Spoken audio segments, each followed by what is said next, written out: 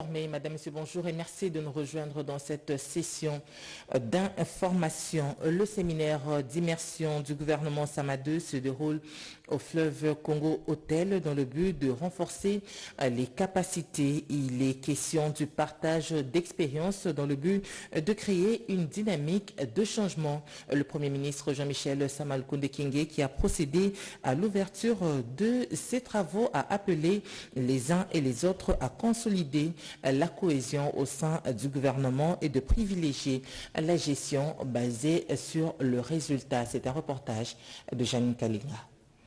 Soucieux de mener à bon port la vision du chef de l'État, Félix-Antoine Tshisekedi Tshilombo, les membres du gouvernement sont en séminaire de renforcement des capacités.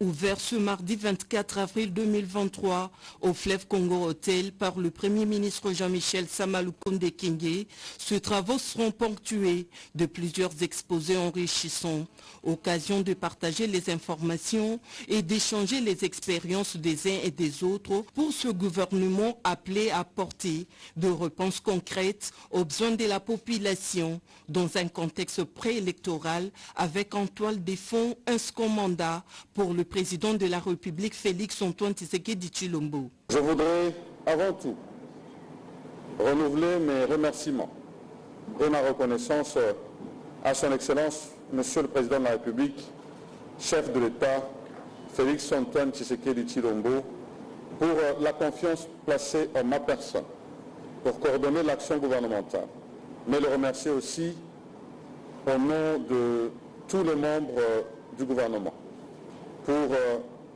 non seulement sa confiance, mais son accompagnement si bien considéré. Ces assises, elles interviennent à un moment important pour le gouvernement, car elles s'inscrivent dans le cadre du renforcement des capacités des membres de celui-ci, à travers les informations et les échanges fructueux. L'objectif poursuivi est la consolidation de la cohésion au sein du gouvernement, afin d'assurer l'exécution harmonieuse du programme gouvernemental. C'est pour cette raison que le présent séminaire a pour thème principal construire une cohésion efficace et créer une dynamique de changement par la culture de l'excellence et la gestion publique axée sur les résultats du programme gouvernemental. Le mot d'ouverture du chef du gouvernement a été suivi des exposés, notamment celui du secrétaire général du gouvernement qui a tourné autour de la cohésion, socle pour l'exécution du programme gouvernemental. Les différentes agences d'exécution du programme de développement local des 145 territoires ont tour à tour présenté les niveaux d'exécution des travaux sur le terrain. Les Congolais ayant fui les affrontements entre Teke et Yaka au Brazzaville doivent être rapatriés le plus rapidement à Kwamoto. C'est l'objet de l'échange entre le vice-premier ministre, ministre de l'Intérieur et Sécurité avec l'ambassadeur en poste, l'ambassadeur du Congo-Brazzaville, Christophe Muzungu. Toujours dans le même registre, Peter Kazadi a reçu le gouverneur du Kasaï central venu solliciter l'implication du patron de la territoriale dans le cadre de la résolution des conflits coutumiers dans cette province. C'est à suivre dans ce reportage de Alain Bikaï. Les tout prochains jours, le vice-premier ministre, ministre de l'Intérieur et Sécurité, se rendra à Brazzaville pour échanger avec son homologue de la République du Congo sur la question des rapatriements de nos compatriotes du territoire de Kwamout qui avaient fui les affrontements entre Teke et Yaka. L'ambassadeur de la République démocratique du Congo en poste à Brazzaville, Christophe Muzungu, était venu faire part au patron de la territoriale congolaise, Maître Peter Kazadi Kankonde, des conditions difficiles des Congolais réfugiés dans la localité localité d'Engabé dans le département d'Ipoul. À son tour, le gouverneur du Kasaï central, Kabea Chika, était venu solliciter l'implication du vice-premier ministre, ministre de l'Intérieur et Affaires coutumières dans la résolution des conflits coutumiers dans sa province. C'était une occasion pour le présenter d'une manière brève la situation sécuritaire de ma province. Je suis dans une province post-conflit avec la situation de Kamouinassop que vous connaissez très bien. Il y a encore des séquelles que, comme autorité provinciale, je devais d'abord maîtriser et le nouveau VPM devait être au courant de ce que je suis en train de faire en province du Kasaï central. Et lors de mon itinérance, j'avais vu certains problèmes qui demandent plus l'intervention des VPM de l'intérieur, comme la gestion du pouvoir coutumier. Il y a dans certains groupements, là, vous allez trouver 2 à 3 chefs de groupement. Alors tout ça, ça demande l'intervention de l'autorité de la territoriale nationale qui est le VPM. Il m'a rassuré, m'a pris l'accompagnement. Dans les jours à venir, lui-même sera à Kananga pour certaines questions d'ordre sécuritaire. Ensuite, le vice-premier ministre a reçu en audience les représentants de 6 confessions religieuses, pasteur Dodo Kamba. À l'occasion, Dodo Kamba a partagé les cahiers de charges de leur plateforme avec Maître Peter Kazadi, lequel a été aussi présenté à d'autres autorités du pays.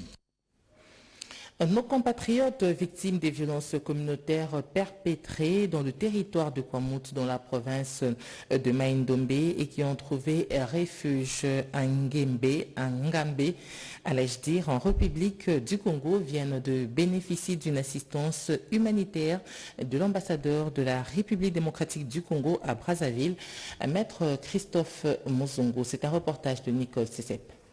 Sur demande du ministre des Affaires sociales, Action humanitaire et solidarité nationale, l'ambassadeur de la République démocratique du Congo en poste à Brazzaville a de nouveau fait les déplacements pour Ngabé afin d'assister nos compatriotes victimes des violences communautaires perpétrées entre juin 2022 et mars 2023 dans le territoire de Kwamout, dans la province du Maïndombe, et qui ont trouvé refuge à l'autre rive du fleuve Congo. À son arrivée, Maître Christophe Muzungu a été accueilli par le sous-préfet de cette juridiction qui l'a aussitôt conduit auprès de la reine Teke d'Engabe, comme le veut la tradition. L'ambassadeur Maître Christophe Muzungu n'est pas allé main vide vers ses compatriotes qui ont tout laissé dans leur milieu d'origine. Il a fait un don des habits à ces mères de famille qui manquent de tout et vivent dans des conditions très difficiles.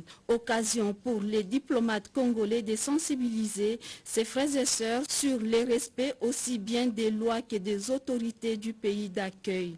Ceci avant d'exercer n'importe quelle activité, question de survivre. Dans les différents sites des déplacés de Kwamout, Ngambe, en République du Congo, l'ambassadeur Christophe Muzungu met en garde tout fausseur de troubles car la loi sera appliquée. Rétablissement de la paix dans la partie est de la République démocratique du Congo, eh bien, l'Union européenne s'en mêle. Le représentant du chef de l'État, le professeur Serge Chibangu Kabea, a simultanément échangé avec l'ambassadeur de la France en RDC et celui de l'Union européenne. Des échanges essentiellement centrés sur les relations diplomatiques et l'appui pour le processus de paix et sécurité dans la partie est du pays. C'est un reportage de Jean-René Lebeau. Discuter avec le chef de l'État et son représentant sur les voies et moyens pour l'Union européenne d'appuyer l'expertise congolaise dans le processus de Nairobi et de Luanda, c'est l'essentiel des échanges entre l'ambassadeur de l'Union européenne, Alain-Marc Châtaignier, et le haut représentant du chef de l'État, le professeur Serge Chibangu Kabea, dans son cabinet de travail au Mongaliema ce mardi 25 avril 2023. Pour les diplomates de l'Union européenne, il s'agit également d'accompagner les FARDC et d'autres forces armées dans leurs actions et missions de rétablissement de paix. Alors l'opportunité, c'était de pouvoir échanger avec M. Serge Chibangu sur les processus en cours d'appui au rétablissement de la paix et de la sécurité dans l'est de la RDC. J'étais là avec notamment Manuel pour voir comment nous pouvons appuyer très concrètement les processus qui sont en cours, le processus de Nairobi, le processus de Luanda, pour que la situation revienne à la normale dans l'Est. Et donc nous avons discuté assez longuement avec le haut représentant du chef de l'État sur les voies et moyens d'accompagnement de l'Union européenne, parce que notre position c'est vraiment d'appuyer la RDC dans le rétablissement de sa souveraineté, mais aussi d'accompagner les différents volets du processus de Nairobi et de Luanda dans la démobilisation, le désarmement, le cantonnement des groupes armés, en particulier évidemment le M23 qui doit rendre ses armes. Et donc nous sommes en train de discuter aussi les moyens d'accompagner l'armée congolaise et peut-être d'autres forces armées dans leur action de rétablissement de la paix. Juste après, le haut représentant du chef de l'État a eu une séance de travail avec Bruno Aubert, ambassadeur de France en République démocratique du Congo, porté surtout sur les processus diplomatiques régionaux consacrés à la recherche d'une solution à la crise à l'est du pays. Vous pouvez être assuré que nous sommes là, nous sommes aux côtés de la RDC, ainsi que le président de la République Emmanuel Macron l'avait manifesté il y a 5 ou 6 semaines de cela, ainsi que j'ai l'occasion de le dire moi-même plus modestement, publiquement ici à Kinshasa. Nous sommes actifs, nous sommes en soutien des processus en cours et nous essayons toujours, à chaque nouvelle évolution, à chaque nouvelle inflexion de la situation, à apporter une plus-value. Et nous avons toujours une écoute très favorable à la présidence, en particulier de la part de M. Tshibongo. L'appui et l'accompagnement de l'Union européenne au processus en cours pour le rétablissement de paix et sécuriser la partie est de la République démocratique du Congo figure parmi les points au menu des échanges entre le haut représentant du chef de l'État et le diplomate de l'Union européenne. Ils ont été suspendus pour indélicatesse dans l'exercice de leurs fonctions, notamment l'alignement des personnes sans qualité sur la liste du personnel de l'État. Il s'agit des secrétaires généraux à la décentralisation et celui des relations avec le Parlement. C'est le vice-premier ministre, ministre de la fonction publique, Jean-Pierre Liaou, qui a ouvert le dossier disciplinaire à leur rencontre. Nadine Kilocho. Monsieur, des éléments factuels en ma possession, portés par des preuves documentées, font état de l'affectation des personnes non revêtues de la qualité de fonctionnaires à des postes organiques par certains secrétaires généraux, ce au mépris total de la loi et des notes circulaires que nous avons pourtant transmises et rappelées avec insistance aux différents secrétaires généraux et autres chefs de service. Et ce, au moment où toute la nation aspire à voir s'ériger dans notre pays une administration publique digne de ce nom, avec un certain sérieux, en vertu des pouvoirs qui me sont conférés par la loi et conformément aux attributions qui sont les miennes.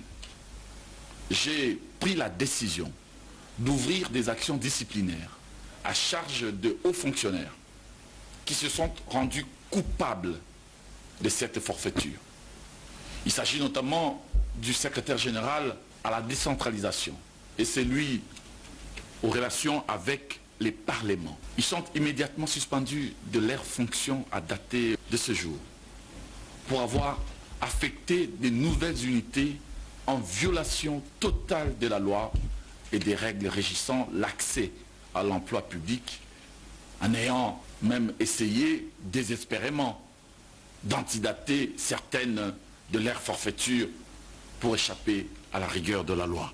Cette action disciplinaire, d'ores et déjà ouverte, leur sera notifiée dans le respect des procédures ainsi que des délais légaux et réglementaires. Ils auront donc l'occasion de fournir leurs moyens de défense et pourront, les cas échéants, être entendus par les conseils de discipline. Marthe Mangaza nous parle à présent dans ce reportage des activités du ministre des Petites et Moyennes Entreprises qui a présidé la réunion du comité stratégique. Reportage. Le numéro 1 de l'entrepreneuriat congolais, petite et moyenne entreprise, Désiré Nzinga Birianze a présidé une importante réunion du comité stratégique de son ministère.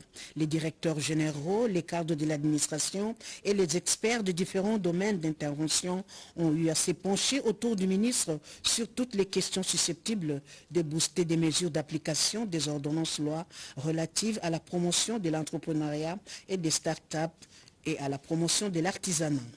S'agissant de la participation de la RDC à la foire de Séoul au mois de juin prochain, il a été retenu qu'en urgence, une étude de faisabilité soit faite pour la mise sur pied des préparatifs des dossiers techniques.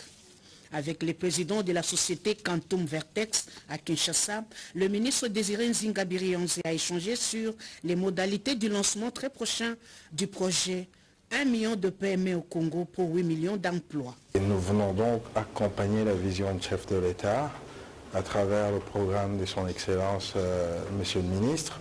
Donc nous présentons dans ce cadre l'idée est de mettre en place un continuum PME pour faciliter et accompagner la vision de créateurs d'entreprises à travers l'entrepreneuriat et la gestion. Donc nous présentons un ensemble d'outils et de moyens qui vont permettre aux PME de se structurer, de devenir riches, de créer le développement économique dans le pays. Quantum Vertex, basé également au Canada, est un accompagnateur des PME pour les amener au succès. Restons toujours dans ce chapitre des petites et moyennes entreprises pour parler cette fois-ci de ce qu'a été la formation axée sur les marchés publics.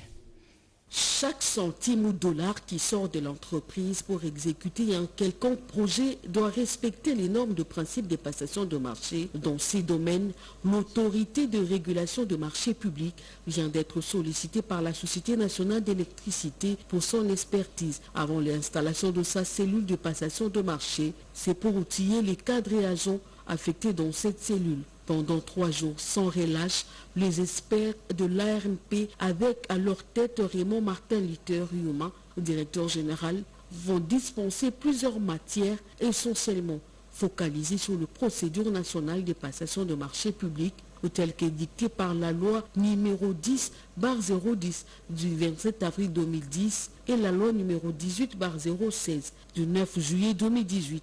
Nous formons sur les procédures de passation des marchés publics.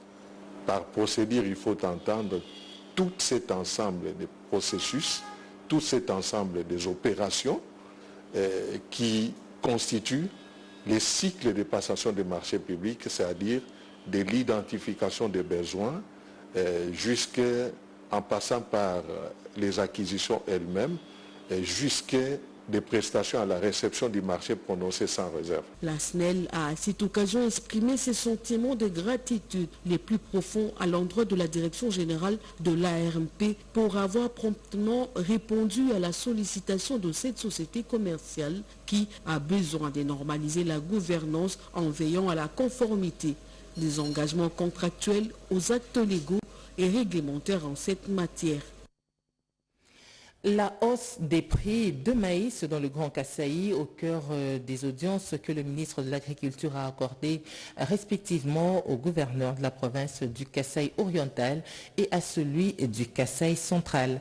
Patrick Mathias Kabea et John Kabea Chikai ont sollicité au ministre José Mpanda de soutenir la production locale dans le but de ne plus dépendre de l'extérieur.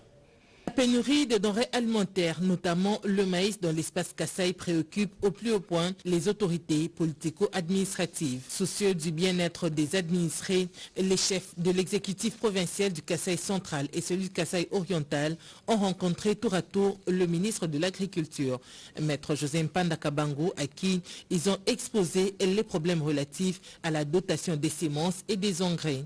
Selon le gouverneur du Kasaï central, John Kabea, cette province compte à ce jour 275 hectares de maïs. Il sollicite pour ce faire l'accompagnement du gouvernement central afin d'améliorer la production locale et ne plus dépendre de l'extérieur.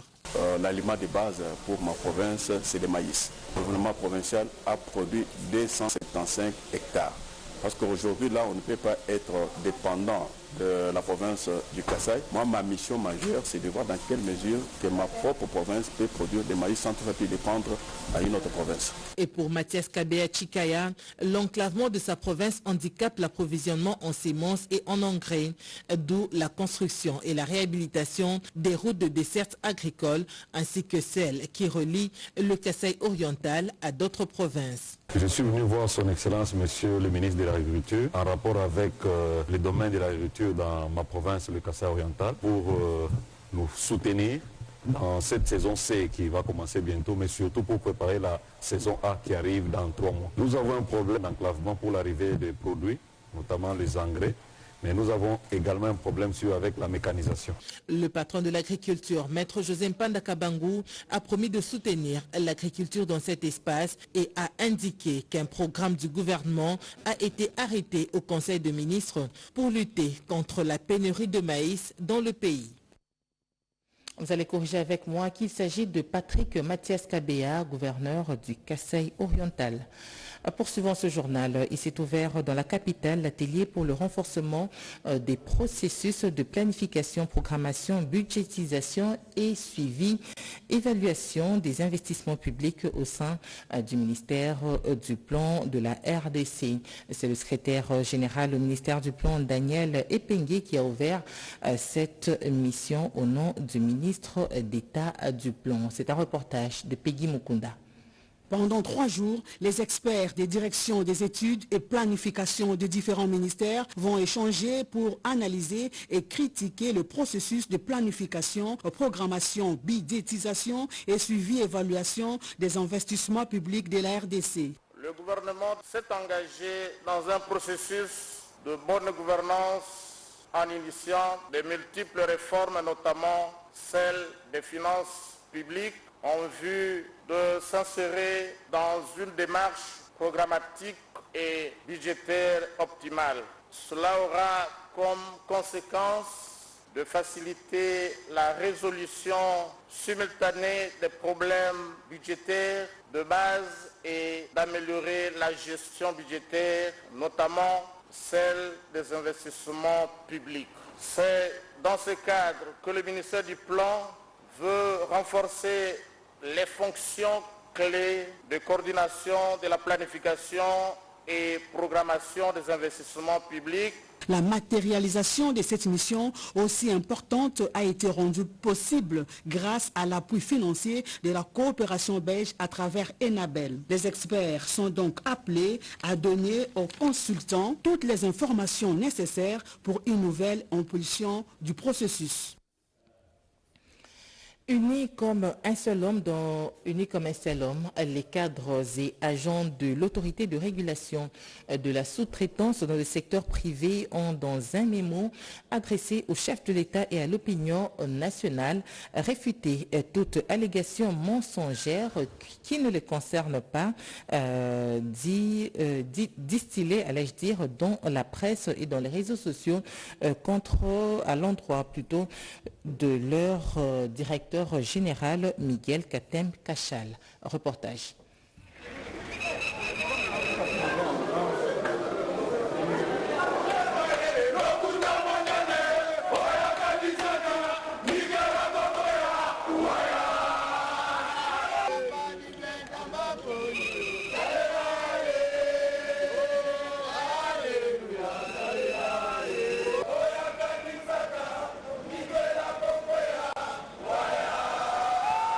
Excellence, Monsieur le Président de la République, chef de l'État, nous, agents et cadres de l'autorité de régulation de la sous-traitance dans le secteur privé, à respect en sigle, vous remercions pour la nomination des nouveaux mandataires au sein de notre établissement public, nomination qui vient concrétiser votre vision chère, à savoir celle de promouvoir une nouvelle classe moyenne véritablement congolaise. Mais avant toute chose, nous voulons exprimer notre profonde indignation de voir certaines personnes parler et agir avec mauvaise foi, tendant à saboter les actions de l'actuel management, sans mandat ni qualité, au nom des agents de l'ARSP que nous sommes, alors que depuis l'avènement du dit management, nous avons constaté une grande amélioration dans le travail avec des résultats positifs. Excellence, Monsieur le Président de la République, chef de l'État, nous prions à votre haute autorité de ne prêter aucune attention aux propos mensongers et diffamatoires contenus dans des tracts qui circulent à travers les réseaux sociaux et qui sont l'œuvre d'un groupe d'individus animés d'un esprit malveillant qui prétend parler et agir sans mandat ni qualité au nom des agents de l'ARSP que nous sommes.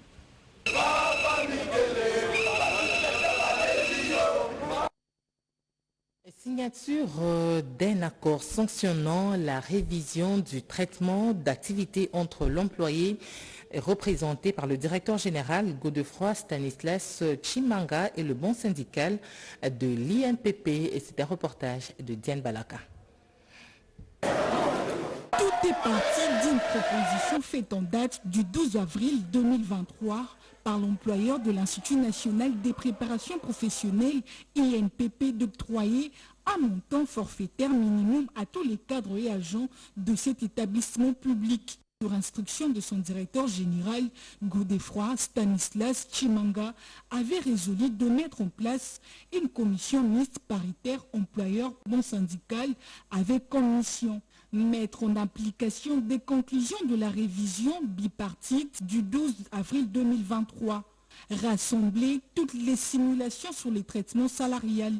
L'engagement a été pris entre le parti pour son application déjà à la paye du mois d'avril.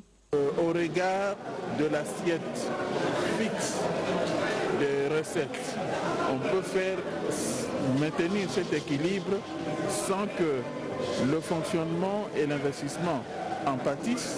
Le calcul est possible, donc on n'a pas besoin de faire des miracles. Le temps fort de cette cérémonie, il s'agit de la signature du protocole d'accord entre le directeur général de l'INPP, Godefroy Stanislas Chimanga, et le représentant des syndicalistes, M. Chollet, à la grande satisfaction du personnel de l'INPP. Le président des syndicalistes, M. Chollet Mouyango, a dans son mot remercié le directeur général de l'INPP pour son encouragement et sa détermination, et le DG de l'INPP a fait savoir que les ressources humaines demeurent son cheval de bataille pour une meilleure production de cet établissement. Politique à présent, le président de l'Alliance pour la République et la conscience nationale, Justin Bitakwira, a rendu public son adhésion à l'Union sacrée de la nation pour soutenir la vision du président de la République, Félix-Antoine Tshisekedi Tshilombo, Junior Yangumba. Figure de proue de la classe politique congolaise, le ministre honoraire Justin Bitakwira vient d'officialiser son adhésion à l'Union sacrée de la nation pour accompagner la vision du président Félix Tshisekedi Tshilombo, qui est celle de pacifier l'Est de la République démocratique du Congo. Son combat politique porté par l'Union sacrée de la nation. Un proverbe dit qu'on ne peut pas aimer les plumes du corbeau et détester sa viande. Donc, qui soutient le président de la République doit également soutenir l'Union sacrée. Nous avons suffisamment travaillé pour le pays, de sorte qu'un de mes combats vient d'être voté à l'Assemblée nationale, les réservistes. Je suis un partenaire du président de la République, Félix-Antoine Tshisekedi Tshilombo, qui soutient le président de la République, doit également soutenir l'Union sacrée. Nous avons suffisamment travaillé pour le pays, et ici il faut dire merci au président de la République, merci au gouvernement pour nous avoir compris et pour nous avoir entendus. Cela fait partie aujourd'hui de ma décision de venir ratifier la charte de l'Union sacrée, mais je suis toujours aux côtés du président de la République. Ça fait bientôt 29 mois, jour pour jour. La signature apposée, les cadres et membres de l'Alliance pour la République et la conscience nationale ont salué cette adhésion au sein de l'Union sacrée de la nation. Politique toujours avant de nous séparer, l'Union pour les valeurs tshisekédistes, un des partis membres de l'Union sacrée, s'y range en ordre de bataille pour les échéances électorales de 2023 et c'est là en vue de donner au président de la République, Félix-Antoine Tshisekedi Tshilombo, une majorité écrasante à la magistrature suprême. Pour ce faire, nous allons suivre ce reportage. Pas une minute de repos pour l'Union pour le Valère Tshisekediste UVT en sigle dans la ville de Kinshasa. Ce dimanche 16 avril, dans la salle Yamoro, dans la commune de Selembao, Benkade Kabantou, patron de l'implantation, mobilisation, idéologie et communication de la ville, a présenté l'UVT à l'ASBEL AGLDC. De plus d'une centaine ont adhéré dans le parti. En outre, le président du district de la Funa, Motini Katanga Kibembe, a intronisé Bato Ilunga comme nouveau président de cette commune. Très déterminé, Benkade Kabantou livre les objectifs. C'est chaque jour que les Kinois sont mobilisés par l'Union pour le Valère Tshisekediste en sigle UVT afin de travailler pour la réélection du chef de l'État Félix Antoine Tshisekedi Tshilombo. Nous venons de faire une adhésion de plus de 100 personnes qui se sont adhérées à l'UVT et qui ont accepté de continuer cette élite. Dans la même occasion, nous avions intronisé le nouveau président dans la commune de Selembao pour continuer avec cette élite. UVT dans la ville de Kinshasa est une machine politique pour l'électorat du chef de l'État, Félix Antoine Tshisekedi Tshilombo. Et ce journal est terminé. Nous vous disons merci de nous avoir suivis. Merci à la grande équipe qui m'a accompagné à la réalisation. Dieu merci Kanza et Pécho Omu Benga. L'équipe technique était assurée par José Dimonekine à Lengalia, Joseph Nzenzo. L'information continue sur nos antennes en français dans les 4 langues nationales. À 13h30, Gaëtan Magalano. Tout de suite, vous allez suivre la tranche communiquée dans une présentation de Nadine Odia. Merci de nous avoir suivis. À la prochaine.